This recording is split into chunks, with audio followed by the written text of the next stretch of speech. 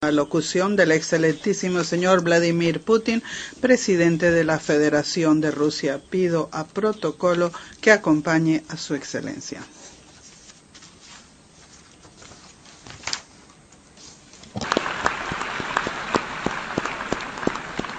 On behalf of the General Assembly, En nombre de la Asamblea General, tengo el honor de dar la bienvenida a las Naciones Unidas al excelentísimo señor Vladimir Putin, presidente de la Federación de Rusia, y a invitarle a que se dirija a la Asamblea.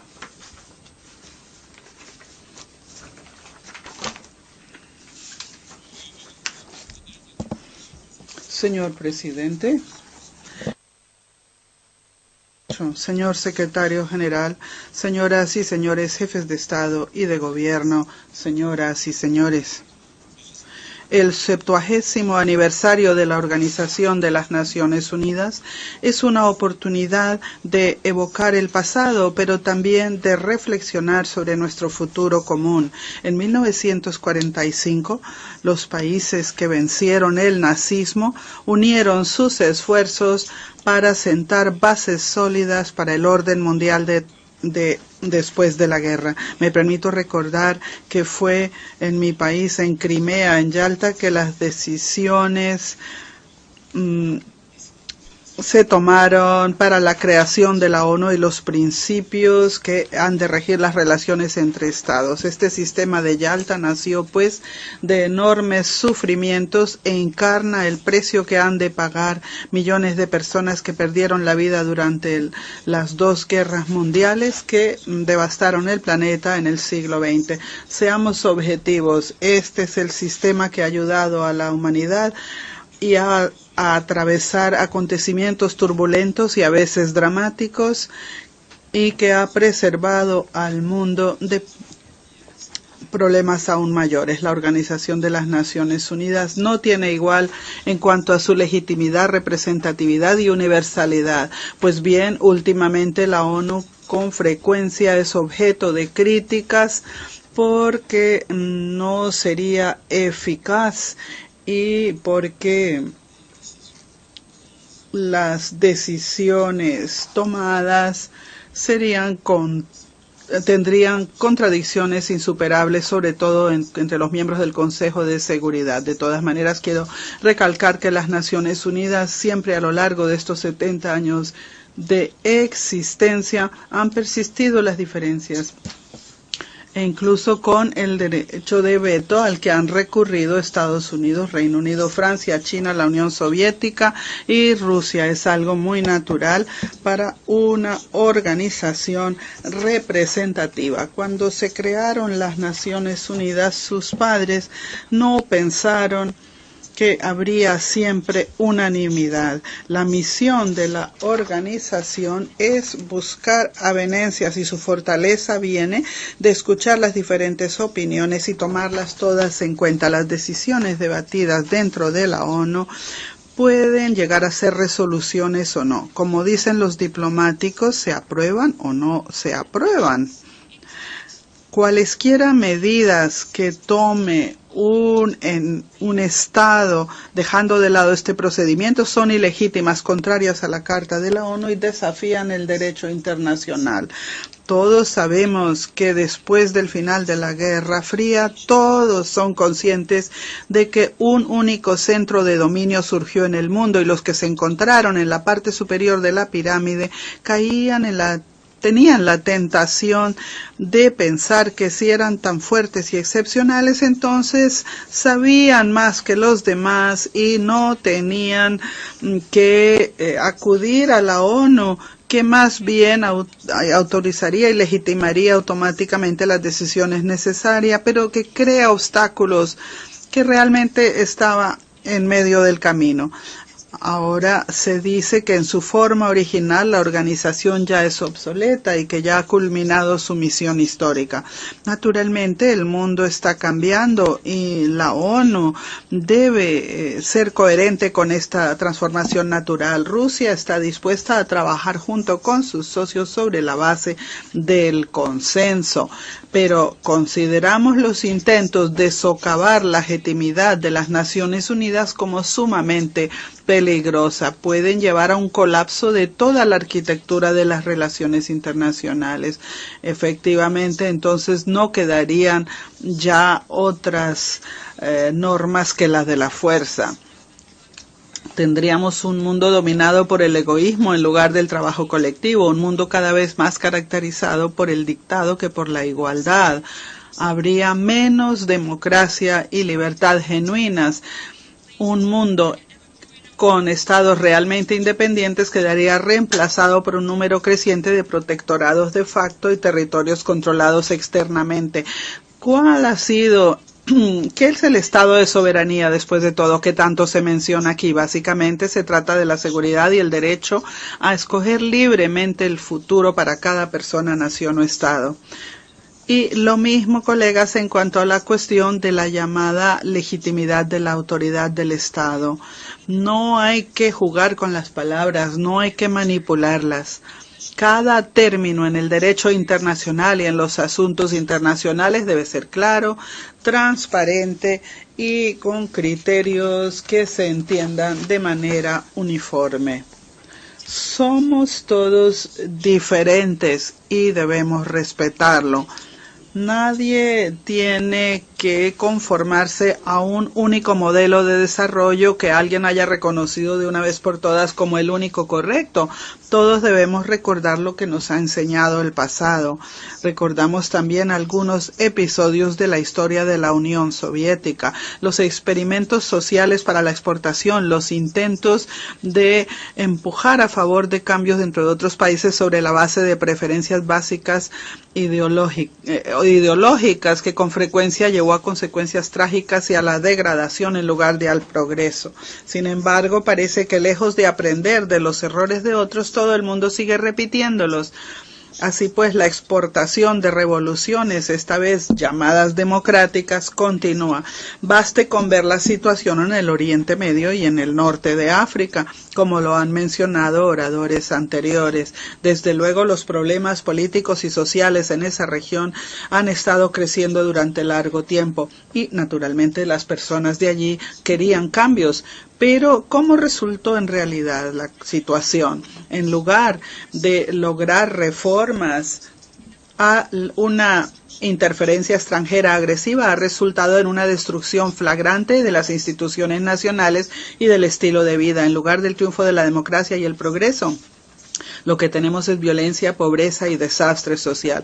Y a nadie le importan los derechos humanos, incluido el derecho a la vida. No puedo dejar de preguntar a quienes causaron la situación, ¿se dan cuenta ustedes ahora de lo que han hecho? Pero me temo que nadie vaya a responder. Efectivamente, las políticas basadas en el engreimiento y en la convicción del carácter excepcional propio y la impunidad nunca se han abandonado. Ahora es obvio que el vacío de poder creado en algunos países del Oriente Medio y del norte de África han llevado al surgimiento de zonas de anarquía que inmediatamente se han llenado de extremistas y terroristas. Decenas de millares de militantes están luchando bajo el pabellón del llamado Estado Islámico. Sus filas incluyen anteriores militares iraquíes que fueron echados a la calle tras la invasión de Irak en 2013. Muchos reclutas vienen también de Libia, un país cuya estabilidad se destruyó como resultado de la grave violación de la resolución 1973 del Consejo de Seguridad de la ONU, y ahora las filas de radicales se están añadiendo miembros de la llamada oposición siria moderada, apoyada por los países occidentales, que primero los armaron y los capacitaron y luego ellos desertaron y se fueron al llamado Estado Islámico. Además, el Estado Islámico no salió de la nada, también inicialmente se forjó como una herramienta contra los regímenes seglares indeseables. Habiendo establecido un pie en Irak y en Siria, el Estado Islámico ha comenzado a ampliarse activamente a otras regiones, busca el dominio del mundo islámico y planea ir aún más allá. La situación es más que peligrosa. En estas circunstancias es hipócrita e irresponsable hacer bulliciosas declaraciones sobre la amenaza del terrorismo internacional al tiempo que se cierran los ojos a los canales de financiación y apoyo a los terroristas, incluidas las ganancias del narcotráfico y del tráfico ilícito de petróleo y de armas. Sería igualmente irresponsable intentar manipular a los grupos extremistas y ponerlos al servicio propio con el fin de lograr los propios objetivos políticos con la esperanza de enfrentarlos más adelante o, dicho de otra manera, liquidarlos. A los que así actúan quisiera decirles, estimados señores, sin duda alguna están tratando ustedes con personas brutales y crueles, pero no son primitivos en absoluto. Son tan listos como ustedes y nunca se sabe quién manipula a quién. Los datos recientes sobre las transferencias de armas a esta oposición tan moderada es la mejor prueba de ello. Creemos que cualquier intento de jugar con los terroristas, menos aún armarlos, no solamente es de visión corta, sino que es peligrosísimo. Ello puede resultar en que la amenaza terrorista cada vez se haga más dramática, aumente más y engolfe a regiones nuevas, sobre todo cuando el Estado Islámico entrena militantes de muchos países, incluso los europeos. Desafortunadamente, debo decirles que Rusia no es una excepción. No podemos permitir que estos criminales que ya han sentido el gusto de la sangre regresen a sus hogares y continúen con sus malignas acciones. Nadie quiere que ocurra esto, ¿verdad? Rusia siempre ha sido firme y ha luchado de manera coherente contra el terrorismo en todas sus formas. Hoy prestamos asistencia militar y técnica tanto a Irak como a Siria y a todos los países que luchan contra los grupos terroristas. Creemos que es un enorme error el negarse a cooperar con las fuerzas gubernamentales de Siria que valientemente luchan contra el terrorismo. Debemos reconocer, por último, que nadie, excepto las fuerzas armadas del presidente Assad y las milicias kurdas, son quienes luchan realmente contra el Estado Islámico y otras organizaciones terroristas en Siria. Conocemos todos los problemas y contradicciones de la región, pero nos basamos en la realidad. Estimados colegas, debo señalar que el enfoque honesto y directo de Rusia se ha utilizado recientemente como pretexto de acusarla de ambiciones crecientes, como si quienes lo dicen no tuvieran ambición alguna. Sin embargo, no se trata de las ambiciones de Rusia, estimados colegas, sino del reconocimiento del hecho de que ya no podemos tolerar el actual estado de cosas en el mundo. Nosotros proponemos guiarnos por valores comunes e intereses comunes en lugar de por las ambiciones. Sobre la base del derecho internacional debemos unir esfuerzos para afrontar los problemas que enfrentamos todos y crear una coalición internacional genuinamente amplia contra el terrorismo. Así como la coalición contra Hitler podría unir a una amplia gama de fuerzas dispuestas a resistirse con decisión a los que, al igual que los nazis, siembran el mal y el odio en la humanidad. Y naturalmente los países musulmanes deben desempeñar un papel clave en la coalición, aún más porque el Estado Islámico no solamente plantea una amenaza directa para ellos, sino que además ataca a una de las mayores religiones del mundo con sus crímenes sangrientos. Los ideólogos de los militantes se mofan del Islam y pervierten sus valores realmente humanistas. Quisiera dirigirme a los líderes espirituales musulmanes. Su autoridad y su orientación son de gran importancia. Ahora es esencial impedir que las personas reclutadas por los militantes tomen decisiones a la ligera, y los que ya han sido engañados y que debido a las circunstancias se han encontrado ante los terroristas necesitan encontrar un camino a la vida normal, dejar las armas y poner fin al fratricidio. Como actual presidente del Consejo de Seguridad, Rusia pronto convocará una reunión ministerial para realizar un análisis a fondo de las amenazas en el Oriente Medio. En primer lugar, proponemos discutir si es posible llegar a una resolución destinada a coordinar las acciones de todas las fuerzas que enfrentan el Estado Islámico y otras organizaciones terroristas. Una vez más, esta coordinación debe basarse en los principios de la Carta de la ONU. Esperamos que la comunidad internacional pueda desarrollar una estrategia global de estabilización política, así como recuperación social y económica en el Oriente Medio.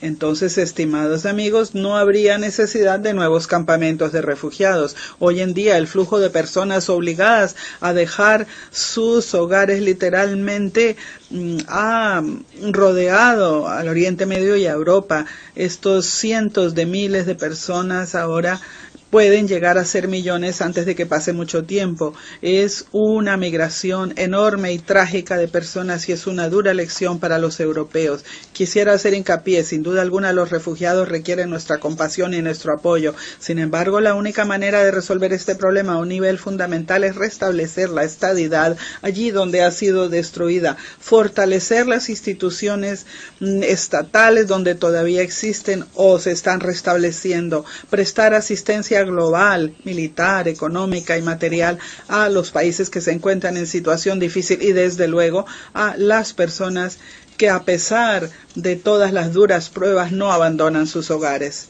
Naturalmente, cualquier asistencia a los estados soberanos puede y debe ofrecerse en lugar de imponerse, y ello de manera exclusiva de acuerdo con la Carta de la ONU. Dicho de otra manera, en este campo se está haciendo todo, se hará todo de acuerdo con las normas del derecho internacional. Eso debe apoyarlo nuestra organización y todo lo contrario a la Carta de la ONU debe rechazarse. Ante todo, creo que es de importancia restablecer las instituciones estatales en Libia, apoyar al nuevo gobierno de Irak y prestar asistencia global al gobierno legítimo de Siria. Estimados colegas, el garantizar la paz y la estabilidad regional y mundial sigue siendo objetivo clave de la comunidad internacional con la ONU a la cabeza. Creemos que ello implica crear un espacio de seguridad igual e indivisible, no para unos pocos, sino para todos. Esto es todo un reto, es difícil y es una tarea que requiere mucho tiempo, pero no hay alternativa. Sin embargo, el bloque que piensa en los tiempos de la Guerra Fría y desea explorar nuevas zonas geopolíticas todavía está entre algunos de nuestros colegas. Es lamentable que algunos de nuestros colegas hayan elegido un camino distinto, el de explorar nuevos espacios geopolíticos. Primero continuaron su política de ampliar la OTAN y su infraestructura militar. Primero ofrecieron a los países postsoviéticos una elección falsa, estar con el Occidente o con el Oriente. Más pronto o más tarde esta lógica de enfrentamiento tenía que desencadenar una grave crisis geopolítica y exactamente esto es lo que ocurrió en Ucrania, en donde el descontento de la población con las autoridades de ese momento se utilizó y se orquestó desde fuera un golpe militar que dio lugar a una guerra civil. Confiamos en que únicamente mediante una aplicación plena y fiel de los acuerdos de Minsk del 12 de febrero de 2015 se pueda poner fin al derramamiento de sangre y se pueda salir del estancamiento. La integridad territorial de Ucrania no puede garantizarse con la amenaza y la fuerza de las armas. Lo que se necesita es un examen genuino de los intereses y derechos de los pueblos en la región de Donbass y respetar lo que elijan. Hay que coordinar con ellos, como lo dicen los acuerdos de Minsk, los elementos clave de la situación política del país. Estos pasos garantizan que Ucrania se desarrolle como Estado civilizado, vínculo esencial para crear un espacio común y de seguridad y cooperación económica en Europa y en Eurasia. Señoras y señores, he mencionado este espacio común de cooperación económica a propósito. No hace mucho parecía que en la esfera económica, con sus leyes de mercado objetivas, aprenderíamos a vivir sin líneas divisorias, construiríamos de manera transparente y conjunta normas, incluidos los principios de la OMC, estipulando la libertad de comercio, inversión y la competencia abierta. Sin embargo, hoy en día, sanciones unilaterales desacatan la Carta de la ONU y se han hecho comunes. Además de buscar objetivos políticos, estas sanciones sirven como medio de eliminar a los competidores. Quisiera señalar otra señal del egoísmo económico creciente. Algunos países han creado asociaciones económicas cerradas y exclusivas, negociándose su establecimiento tras bambalinas y en secreto respecto de los propios ciudadanos del país, el público en general y otros países. y estos cuyos intereses pueden verse afectados no son informados de nada. Parece que estamos a punto de enfrentar un hecho consumado de que las reglas del juego se han cambiado a favor de un pequeño grupo de privilegiados sin que pueda decir nada la OMC. Ello podría desequilibrar totalmente el sistema comercial y desintegrar el espacio económico mundial. Estas cuestiones afectan los intereses de todos los estados e influyen en el futuro de toda la economía mundial, y por ello proponemos discutir dentro de la ONU, la OMC y el G20. Contrariamente a la política de exclusividad, Rusia propone armonizar los proyectos económicos regionales. Me refiero a la llamada integración de integraciones sobre la base de normas de comercio internacional universales y transparentes. Como ejemplo, quisiera citar nuestros planes de interconectar la Unión Económica Eurasiática y la iniciativa china del Cinturón Económico de la Ruta de la Seda. Seguimos creyendo que armonizar el proceso de integración dentro de la Unión Económica Eurasiática y la Unión Europea es sumamente prometedor. Señoras y señores, los temas que afectan el futuro de todos los pueblos incluyen el reto del cambio climático mundial. Abunda en nuestros intereses el hacer de la conferencia de la ONU sobre cambio climático a celebrarse en diciembre en París un éxito. Como parte de nuestra contribución nacional, prevemos reducir para 2030 las emisiones de gases de efecto invernadero al 70 o 75% del nivel de 1990.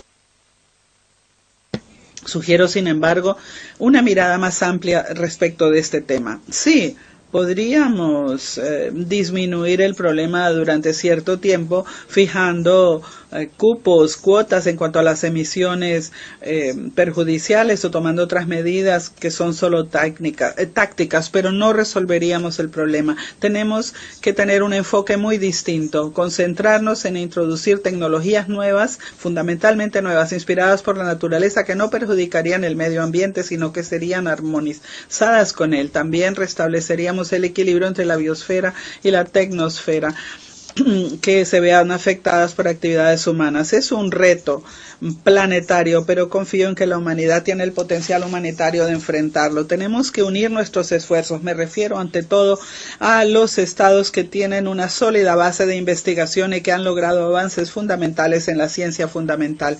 Propongo convocar un foro especial bajo los auspicios de la ONU para un examen global de los temas relativos al agotamiento de los recursos naturales, destrucción del hábitat y el cambio climático. Rusia estaría dispuesta a copatrocinar dicho foro. Señoras y señores, colegas, fue el 10 de enero de 1946 en Londres que la Asamblea General de las Naciones Unidas se reunió para su primer periodo de sesiones. El señor Zuleta Ángel, diplomático colombiano y presidente de la Comisión Preparatoria, declaró abierto el periodo de sesiones, dando lo que creo fue una definición concisa de los principios básicos que debería seguir la ONU en sus actividades, a saber, el libre albedrío, desafío de los trucos y los planes malignos y espíritu de cooperación. Hoy sus palabras deben guiarnos a todos. Rusia cree que el enorme potencial de la ONU, que debe ayudarnos a evitar otro enfrentamiento mundial y a lograr una cooperación estratégica. Junto con otros países trabajaremos siempre para fortalecer el papel central de coordinación de la ONU. Confío en que trabajando juntos haremos del mundo un lugar pacífico, estable y seguro, y crearemos las condiciones para el desarrollo de todos los estados y naciones. Gracias.